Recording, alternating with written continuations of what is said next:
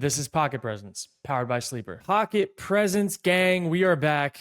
Another episode and another week that Jayden Daniels just does the damn thing. Tyler, I don't know. There's a podcast out there, a little show out there that has been calling this since the beginning. Are we the best show of all time? I mean, if we want to use the Self-suck? Jayden Daniels Hail Mary as as proof, I'm happy to do it. I'm always, you see this debate.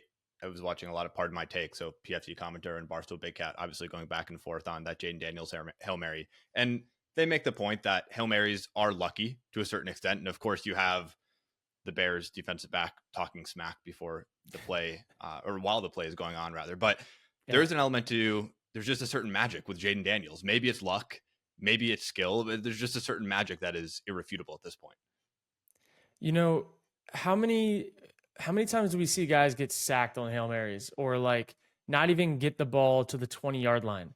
He had to buy a lot of time, make some people miss, put the perfect loft on the ball. Like even in practice, there is a landmark that you're aiming for on Hail Marys, depending on which Hail Mary you call. There's multiple Hail Marys, by the way. There's middle, there's right, and there's left most of the time.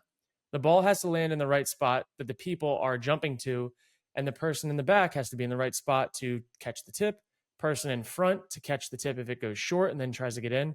It's a real play. It's not just throw it up and play 50-50 or 500 or whatever.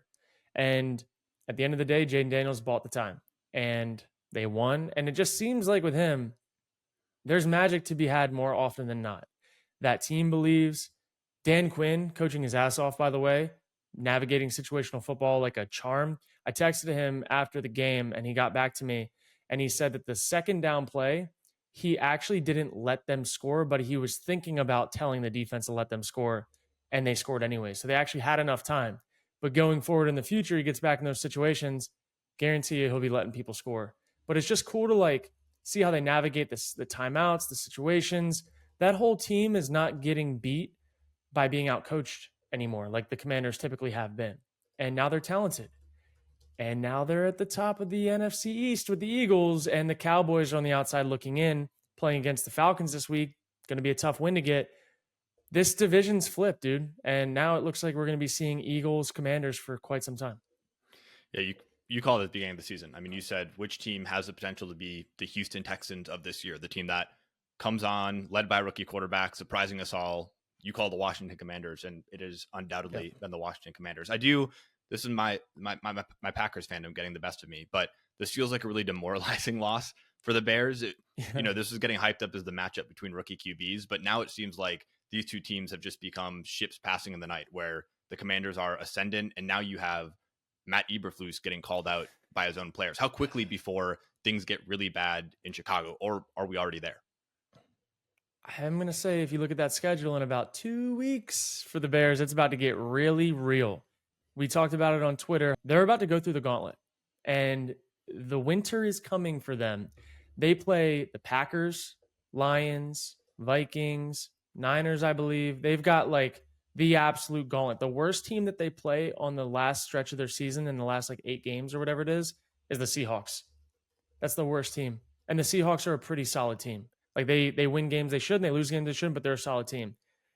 As far as I'm concerned, dude, it's going to be tough for the Bears. It's going to be really tough. And if the offense plays how they did, missing easy completions, like not hitting, that defense can only hold up for so long. And then you got to play the Lions and that offense. Like it's just, I don't know, man. This is the type of shit where like one loss becomes 2 losses or 3 or 4. And next thing you know, your season that had a lot of promise is ending with your coach getting fired. So seat's hot. Sorry, Bears. One more thing before we get to the games. Diontae Johnson gets shipped off again, this time to the Baltimore Ravens. You called out in this week's Bo Nix film review that you felt it was a Ravens defensive problem. I have some friends who are Ravens fans, and they're hammering home the issues they have with Zach Orr's play calling. Is this move going to be enough to make up for that Ravens defense? It will help, but is that what they needed? Like their offense still scoring 25 plus points a game for the most part. They need a Max Crosby. That's what they need. They need somebody that can get pressure. And honestly, They need a little bit of help in the back end where they can just kind of man people up, because right now their disguises suck ass. People are out of position. What they're being asked to do on defense doesn't fit the scheme, doesn't fit the personnel. Like all that stuff doesn't mesh, and that's how you get Jameis Winston thrown for 300 yards on you in his first start. Like it's the Ravens. You can't tell me right now that the Ravens defense is going to be able to play against a Chiefs offense that doesn't beat themselves and make it to a Super Bowl. Now, can the Ravens offense on the other side score enough points to keep up? Yeah, but that's not a great way to live. They need defensive help and they need it fast. I mentioned that that breakdown. That was the Jameis Winston breakdown. You also did a Bo Nix breakdown, which will be very helpful as we see now Bo Nix take on the Baltimore Ravens defense this week. Speaking of which, let's get to a couple of games. Detroit at Green Bay, the game of the year. The NFL giveth, and there are some stinker games, but there are some really good games this week. This being the preeminent one. The Lions are favored by 3.5 at Green Bay. They look great. There's some question around Jordan Love's health coming out of last week's game with that groin. How do you see this one playing out? This one's a really interesting matchup. I think that the Lions will win this game, mainly because it doesn't look like Jordan's going to be 100%. Even if he plays, he's probably not going to be 100%. And even though the pass rush of the Lions doesn't have Hutchinson anymore, they're still actually getting pressure. They're causing havoc. Their defense isn't playing terrible. This game's going to come down to the Packers defense versus the Lions offense, which seems to be the most juggernaut offense in the league, can score at will. I do like that this is being played in Green Bay. There's not as much scoring typically in Green Bay as other places. The grass is a little longer. There's not as many big plays like that. I don't know, man. This one's tough. Can Green Bay's defense make this a retro golf game where he coughs it up a few times, gets uncomfortable, throws some gimme picks, and the defense of the Green Bay has to capitalize on that? That's the only way that I see this game going the Packers' way, because in my opinion, the Lions are the best team in the NFL. They're better than the Chiefs. They're the best team in the NFC. I think the Lions would beat the Ravens tomorrow. Which golf shows up tomorrow, and that's going to be determined by which defense, not tomorrow, on Sunday, which defense shows up on Sunday for the Packers. Talk to me a little bit about what you've seen in the film, because Goff has been virtually flawless in his past 4 to 5 games. I mean, his passer rating is the best in the league, and he didn't have to throw the ball a lot last week for them to put 50 up on the Titans. But meanwhile, the Packers defense has also been getting a lot of takeaways. So on both sides, walk me through what you're hoping to see. Yeah, so the main thing with Goff is he's not making mistakes and he's not being asked to do a lot. The Lions are running the shit out of the ball. And what is Goff really good at? He's really good at that deep play action. Linebackers come up. He's got a deep crosser. He's not going to miss. So if you give him an open receiver on a deep cross, it's going to be 30 yards a pop every time. He's not going to miss those throws. Now, where does Goff struggle? Third down and blitz and tight man coverage. They haven't really been in those situations because they've been running the ball so well. So how can the Packers on early downs get the Lions to have negative plays? Maybe there's a holding. Maybe there's, a tackle in the backfield. Who knows? But the Packers have got to find a way to get negative plays on first and second down to force those favorable situations that Goff is not so comfortable in. Third and short and the full playbook being open, Goff's going to find a way. Third and 10 to 12, blitz package. Is he going to hang in there and deliver a dime, or is he going to cough up an interception or a fumble? That's the game you got to play. So, yeah, this game is going to be a grab your popcorn. Let's see who shows up that day. But if the Packers can't stop the Lions' run game, it's going to be a long day at the office. The other game I want to touch on is Denver at Baltimore. The Ravens are favored by 9.5 at home. Your Jameis Winston breakdown was making rounds on Ravens Twitter last week. There seemed to be a lot of self-hating Ravens fans in regards to their defense. But now you have somebody like Bo Nix who can be a little erratic. You've seen flashes of good from Bo Nix. You've seen flashes of not so good from Bo Nix. What do you make of this matchup? This matchup's unique. The Ravens defense is not playing well. Denver's offense is getting better. Denver's defense is good. You mix those two things, and this all of a sudden becomes a really weird game for the Ravens. I don't know if Derrick Henry is going to be able to run for 100 yards on the ground against this Denver defense, who's been really stout all year long. Denver plays good teams. They play bad teams. Doesn't give a shit. They're stopping the run for the most part. Now you have Bo Nix against actually a favorable matchup. People look at the Ravens defense like there's something that they're not. There's going to be wide open receivers everywhere. Bo Nix is going to find them. And if you watch Bo Nix's film, like we talked about last week, Bo Nix is so deadly accurate. He has always been in college really accurate. He's not going to miss the open receiver. What you have to do to Bo Nix to get him off kilter a little bit is you have to blitz him and play man coverage and make him beat you on man-to-man routes. The Ravens don't do any of that at all. They run disguised too high shell the whole game and try to late rotate.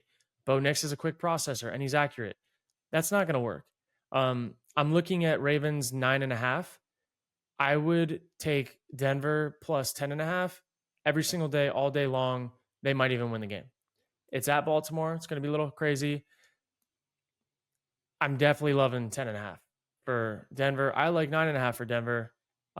This game just, again, it's Lamar Jackson. It's Derrick Henry. They got some weapons. They're going to find a way to score points. But if Baltimore's defense looks anything like they did, I don't like them at all. All right. Fair enough. We'll see which team comes out on top. I do feel like the messaging around this game will be one of these teams will appear a bit more legit. Denver has become a tough out. Maybe we didn't think that at the beginning of the year, but I think the Ravens beating Denver will mean something. Yeah. But if Denver manages to upset Baltimore, I mean, we'll have to look at them a little bit more seriously. 100%. I mean, they're a playoff team at this point. They're a wild card team, and they're one of those weird teams that their defense is leading the way and their offense is getting a little bit better. It's kind of like 07 Giants in a way. Like offense was kind of ass cheeks most of the year, but their defense kept them in, and then their defense ran them through the playoffs. I'm not saying we're going to get a Super Bowl run by the Broncos, but Bo Nix now is, if Bo Nix didn't have his like preconceived notion about himself that people on social media have for whatever reason, if you just replaced his jersey and his name and all that stuff and just watched him play as a nameless, faceless guy, he looks like a 5 to 10 year vet right now with how accurate he is, his decision making. I mean, he's last week, and I know it was against the Panthers. I don't give a shit. He had some tough looks and he was dropping dimes, and he's only getting better. He's a good player. All right, let's move on to what we're calling our Midseason Awards Show. So I'm going to run you through a couple awards. I want you to, at this point, give me who you think would be honored with the given award. We'll start with the MVP through halfway in the NFL season. Give me Jayden Daniels. Close second, Lamar Jackson. I mean, what more can he do? Given the situation, given how long he's been in the league, how little he's been in the league, given the games that he's been in. I mean, he went toe-to-toe against Lamar Jackson that one week, and Jayden had a hell of a game. Like Jayden Daniels is going to be around for a long time, and it's going to be him in the MVP conversation with a handful of guys every year for a long time. He's special, he's different, and he can do it all different ways, through the air, on the ground, all of it. I'll give you these next two together. Give me your offensive player of the year and your defensive player of the year. Offensive player of the year for me, I think we've got to go Derrick Henry. I think it's either Derrick Henry or Saquon, but I think Derrick Henry has been the more of a holy shit. People wrote him off. Some teams didn't even want him to come to the facility to check him out. Dallas Cowboys, when you need Dallas Cowboys 30th or 29th ranked run game in the league, didn't want Derrick Henry. Holy shit. Not a good fit in the offense. Not a good fit in the offense. Hell of a play. Yeah, terrible fit. Defensive player of the year, give me Watt. TJ Watt, single-handedly changing games week in, week out. I mean, you saw him ice that game last week. I don't know, man. TJ Watt's one of those guys that, like, you just know he's going to find a way to completely change the game, and he does it almost every week. That's my player of the year. Now, offensive rookie of the year? You have to double up here, right? I mean, if Jayden wins MVP, how would he not be the offensive rookie of the year? Yeah, do you have to? Yeah, is that how it goes? I don't know, they give the two the same? Has one rookie of the year, or a rookie has one MVP. But you think that I'm going to say if Jayden Daniels wins MVP, we're going to pick a different offensive rookie. Fair. And I'm going to go, right now, I think you have to say Caleb Williams, even though I don't know. Yeah, I think you got to go Caleb Williams. Although I love Neighbors. Neighbors is stuck on the Giants just dogging people, but I think you go Caleb Williams, Offensive Rookie of the Year. Give him a bone. Bears fans deserve something.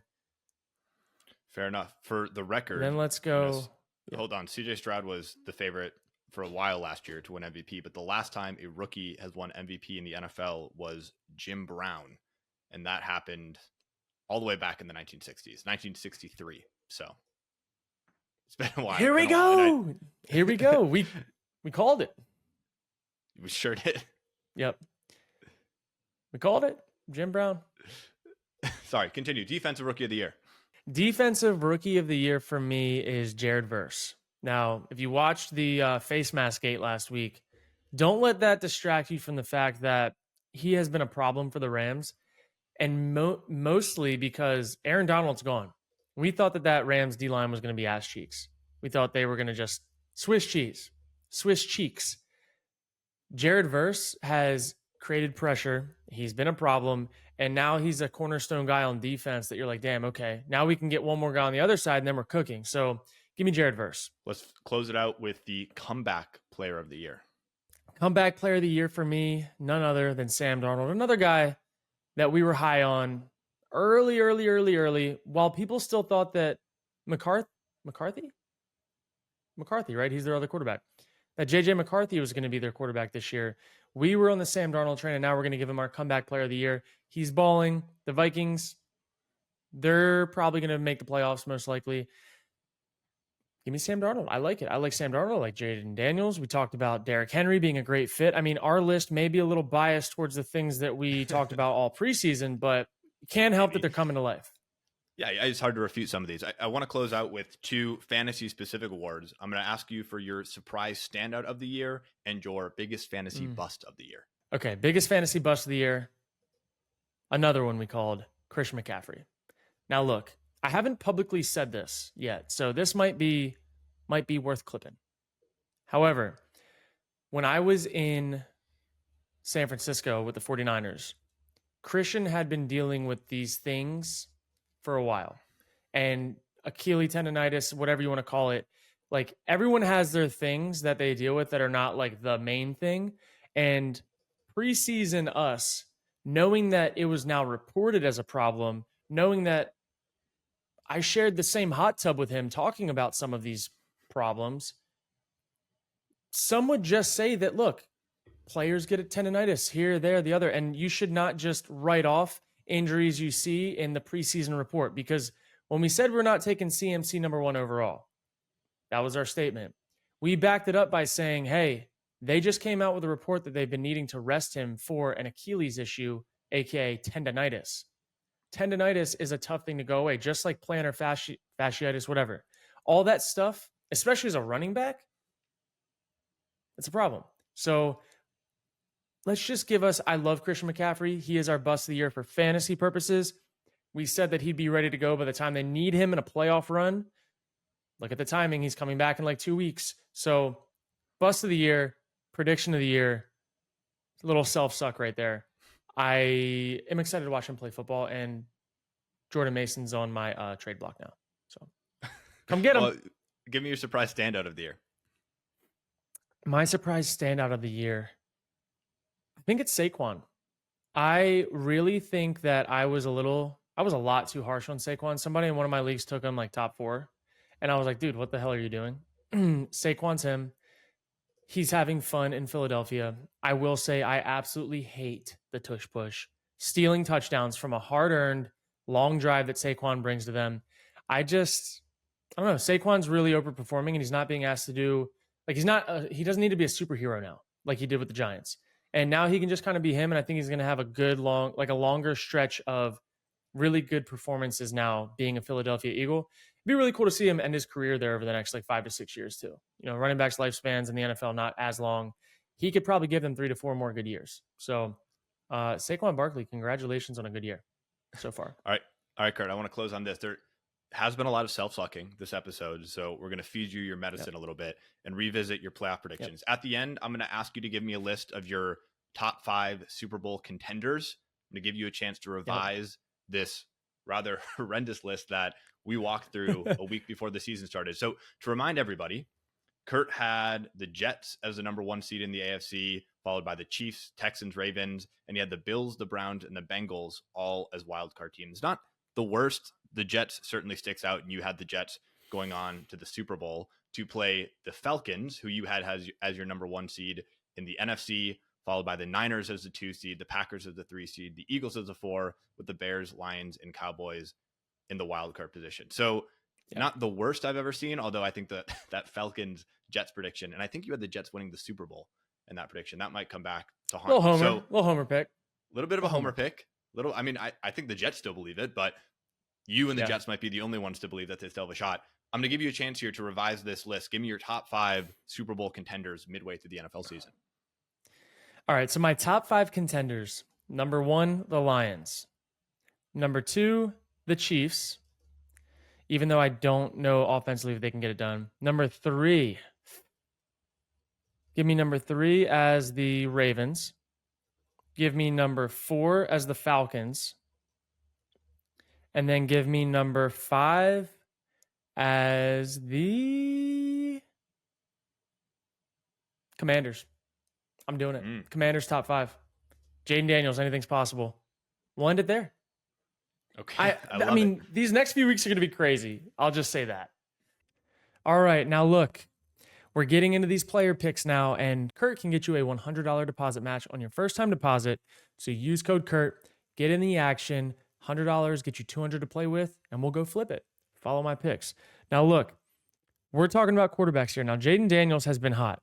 Besides his injured game, he's thrown for over 200 yards in every single game except for the first one. He's thrown for over 225 in every single game except the first one. He's playing a divisional opponent. They're going to need him to ball out. Give me 225 as his multiplier. I like what I'm seeing out of that. Now, look, we're going to move down the slate a little bit. Kirk Cousins has been on an absolute tear lately.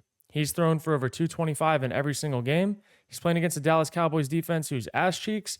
Go get his 1.35. These two to throw for 225, $50 pays out 104. Bang. That's all we're looking at. Instead of going a bunch of 200 stacks, we're going to go 2 players that are hot right now to have over 225 in each of their games to double your money. I like those odds. I like these picks. Let's go run it up. We'll get the picks done next week. All right, and that's going to do it for us. That is going to do it for us. That is another episode, another great Midseason Awards Show, and I'm excited to watch the action this week. We got a lot of good stuff coming. Game of the week, Lions, Packers. Anything can happen. We'll see you guys next week.